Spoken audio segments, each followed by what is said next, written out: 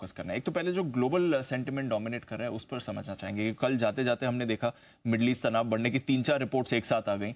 America भी कल थोड़ा सुस्त रहा। कच्चे तेल में आप देख रहे हैं उछाला है, 3 हफ्ते की ऊंचाई पर कच्चा तेल है, आगे भी है। गोल्ड आपका कल $50 उछला है। बाकी भी ग्लोबल संकेत आ रहे हैं। तो जरा ये चल क्या रहा है ग्लोबल बाजारों में, ये बताइए, और आगे कहां पर नजर रखनी है ये बताएं। हल्की सावधानी और सुस्ती के संकेत ग्लोबल मार्केट से। अमेरिका के बाजारों में कल आप देखिए छोटी रेंज में रहा, हल्का नुकसान रहा है, 100-150 पॉइंट डाउन नीचे बंद हुआ है। थोड़ा बहुत नेस्डेक रहा है, तो नेस्डेक हल्का सा ऊपर रहा है। मेरा ये मानना है कि अमेरिकी बाजार वेट एंड वॉच वाले मोड में है। 2 चीज़ों का वेट एंड वॉच है, ज़्यादा 3 चीज़ों का। एक माफ़ कीजिएगा, पहली चीज़ तो ये कि फेड अपनी सितंबर की बैठक में क्या करता है। दूसरी चीज़, कमला हैरिस और ट्रंप के बीच में टक्कर कितनी कड़ी होती है। और तीसरी चीज़ जो है, मिडिल ईस्ट में किस तरह की पोजीशनिंग होती है। अब देखिए, अचानक से आप अगर, अब मैं इस पे एक एक करके आता हूँ। पहले ऊपर के लेवल पे थोड़ी मुनाफा वसूली हुई, वो अपनी जगह। दूसरा, जो मिडिल ईस्ट में तनाव हल्का सा बढ़ता हुआ दिख रहा है, इस तनाव की वजह क्या है। ये थोड़ी सी पोजीशनिंग अचानक से क्या हुई कि चाइना स्टेटमेंट दे रहा है कि भाई मैं ईरान के पीछे खड़ा हूँ। अमेरिका अपने सारे लड़ने वाले जहाज और वो सब वहाँ भेजकर पोजीशनिंग कर रहा है। देखिए, जैसे जैसे आप यूएस इलेक्शन में आगे बढ़ेंगे, ये यूएस इलेक्शन के साथ साथ अब ये पोजीशनिंग होती हुई दिखेगी। इसका रीज़न ये है कि पहले एक तरह से ट्रंप की एक तरफा जीत मानी जा रही थी। बिल्कुल राइट। अब ये है कि अगर कमला हैरिस आ रही तो वो टक्कर दे सकती है जी। और अब अगर बाइडेन गवर्नमेंट को एक पोजीशनिंग करनी है कि हमारी विदेश नीति फेल नहीं हुई, हम हमारे कार्यकाल में भले ही रशिया और यूक्रेन लड़े हो और हम कुछ नहीं बिगाड़ पाए हो रशिया का, भले इजराइल हमास अभी तक लड़ रहे हो, लेकिन वो ये दिखाना चाहते हैं कि हम बहुत स्ट्रॉन्ग हैं। तो ये स्ट्रॉन्ग दिखने और दिखाने की पोजीशनिंग है। दिक्कत इसमें कोई नहीं है, सब जानता है अमेरिका ये पोजीशनिंग हमेशा करता है।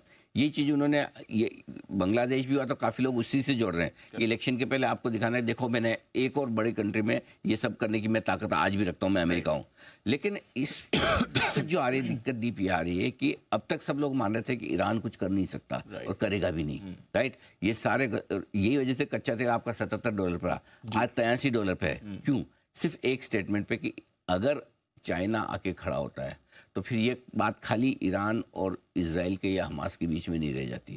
फिर एक तरफ अमेरिका एक तरफ चीन है, तो पोजीशनिंग, लड़े ना लड़े अलग बात है, ना लड़े अच्छी बात है, लेकिन ये जो पोजीशनिंग हो रही है ये ग्लोबल मार्केट को थोड़ा सा सतर्क कर रही है, सावधान कर रही है। सो इस हम थोड़ा समय वापस से अब नजर रखनी पड़ेगी। ये 4 खबर आती है, आपका निफ्टी 200 पॉइंट 100 पॉइंट नीचे निकल जाता है। तो ये सब चीजें इसलिए थोड़ा सा जो है ना, ये पोजीशनिंग इसलिए होती हुई दिख रही है क्योंकि अमेरिका में अब टक्कर वाला मामला माना जा रहा है कि अब दोनों, पहले ट्रंप साहब के लिए जो एकदम आसान जीत थी उससे शायद अब टक्कर हो सकती है। और इसी से थोड़ा सा अमेरिका में जोश भी आता दिख रहा है कि लोकल फैक्टर्स जो शायद उनके इतने फेवर में नहीं है, उसके सामने ग्लोबल फैक्टर्स अगर थोड़े मजबूत कर लें, थोड़े वोट मिल जाए, तो ये वो पूरी राजनीति है। दूसरी चीज़ जो हमारे लिए ज़्यादा इंपॉर्टेंट है अमेरिका से, वो है सितंबर की पॉलिसी।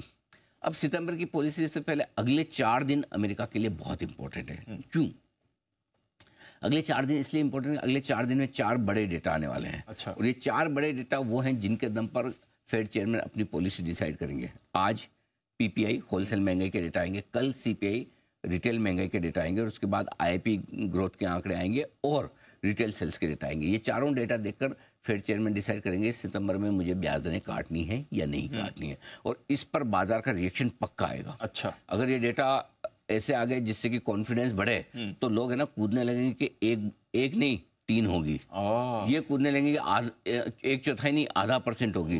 और अगर इन डेटा में थोड़ा गड़बड़ आ गया कुछ, तो मार्केट को गिरने में भी देर नहीं लगेगी। फिर वो सोचेंगे कि यार मतलब फेड हो सकता है एक बार फिर टाल दे, है ना, या जो ½ % की उम्मीद लगा के बैठे वो उम्मीद भी कम हो सके। सो अगले 3-4 दिन अमेरिका में दोनों ही लिहाज से, ये मिडिल ईस्ट की टेंशन और डेटा, इस लिहाज से वोलेटाइल रह सकते हैं। तो आपको हमें करना क्या है, 3:30 बजे जब 3:20 की हमें स्ट्रेटेजी बनाए, तब हमें ग्लोबल मार्केट कैसा रहेगा आज रात ये प्रेडिक्ट करने की जरूरत नहीं है। हाँ, दिमाग नहीं लगाना। करेक्ट। और उसके ऊपर हमारे तो एक दिन छुट्टी भी है गुरुवार को, तो कल वीकली एक्सपायरी दोनों निफ्टी बैंक निफ्टी की कल ही हो जाएगी, थैंक गॉड, तो एक दिन पहले ही हो रही है। और नई पोजीशन फ्राइडे को वैसे लोग कम बनाते हैं। अच्छा है, आप अगले हफ्ते की शुरुआत में जब जाएंगे इन डेटा के बाद तो हल्के रहेंगे, तब तक आपको फेड की पॉलिसी को लेकर क्लैरिटी आ जाएगी। अपने को लाइफ में क्लैरिटी चाहिए, अच्छी हो या खराब हो। खराब हो रहा है मार्केट तो भी पता चल जाए खराब हो रहा है, और अच्छा हो रहा है तब तो बहुत ही बढ़िया है। बोल के बताए अच्छा हो रहा है तो अच्छी बात है, नहीं बोले बताए अगर अच्छा हो जाए तो भी कोई टेंशन नहीं, तो भी हम तो स्वागत करते हैं। सो आई थिंक ये 3-4 दिन है ना, अमेरिका के जो बड़े डेटा है इसके हिसाब से आपको ओवरनाइट पोजीशन अभी भी हल्की रखनी है, थोड़ी रखनी है। अभी भी हम वो वापस उस जोन में नहीं आए कि आराम से 9.25 खरीदो, 3.5 ऊपर बिकेगा, आज खरीदो कल ऊपर बिकेगा, इस हफ्ते खरीदो अगले हफ्ते ऊपर बिकेगा, इस महीने खरीदो अगले महीने ना। वो समय गया, पैसा बनेगा, दीप जरूर बनेगा, लेकिन टर्म्स एंड कंडीशन अप्लाई। क्या? कम बनेगा, धीरे धीरे बनेगा, और बहुत मेहनत से बनेगा, आसानी से नहीं होने वाला। आसानी से नहीं बनेगा। पहले कैसा था, जल्दी बन रहा है, बहुत बन रहा है, आसानी से बन रहा है, करेक्ट है ना। वो समय गया, पैसा बनेगा, लेकिन धीरे धीरे बनेगा, कम बनेगा और मेहनत से बनेगा। कुछ भी खरीदने से नहीं बनेगा, सोच समझ के अच्छे स्टॉक्स खरीदने से ही बनेगा। तो ये थोड़ा सा एक बदलाव है जब तक कि ग्लोबल सिचुएशन हमारे कंट्रोल में ना आ जाए।